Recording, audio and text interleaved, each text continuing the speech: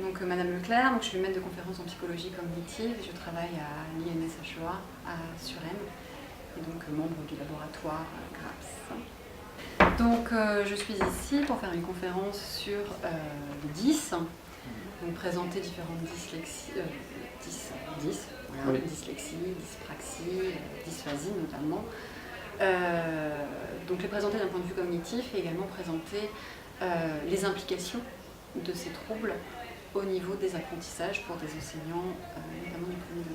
Cette conférence a abordé dans un premier temps le point de vue cognitif. Qu'est-ce qu'une dyslexie? Qu'est-ce qu'une dyspraxie? Qu'est-ce qu'une dysphasie? Qu'est-ce qu'il y a derrière ces mots? À quoi ça correspond? Et ensuite, elle aborde d'un point de vue plus pratique, qu'est-ce que pour un enseignant qui a un enfant qui présente une de ces pathologies, qu'est-ce que cela va impliquer?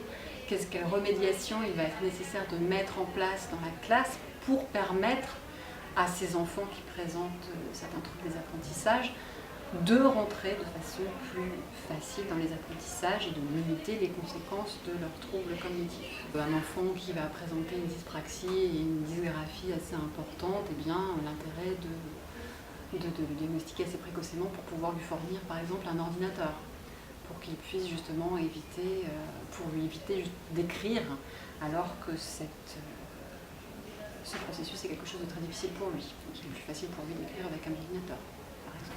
Et bien s'il veut utiliser un outil en particulier, il faut déjà qu'il sache pourquoi il veut l'utiliser, et on ne fournit pas un outil en disant ça va lui servir de béquille, il va se sortir avec cet outil-là. Non, il faut toujours avoir un objectif derrière l'utilisation de l'outil. Ça demande une intégration, ça va demander une modification au niveau des séances pédagogiques pour intégrer cet outil, mais l'intégrer au mieux. On ne donne pas un outil comme ça en se disant ça va régler le problème. Non, il faut que l'outil soit intégré avec des objectifs très spécifiques. C'est pas l'outil qui fera tout.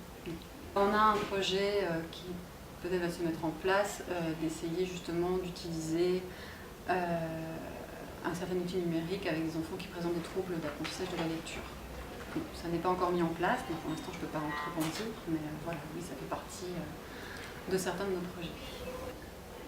Oui, alors nous avons un site qui justement, on a monté juste à l'INSHEA un site internet, paultsa.inshea.fr, sur lequel avec une collègue, donc, on a travaillé pour proposer donc justement des aménagements en fonction des 10 présentés par les enfants, où il y a également toute une bibliographie qui peut être trouvée, également des propositions de séances, clés en main si j'ose dire,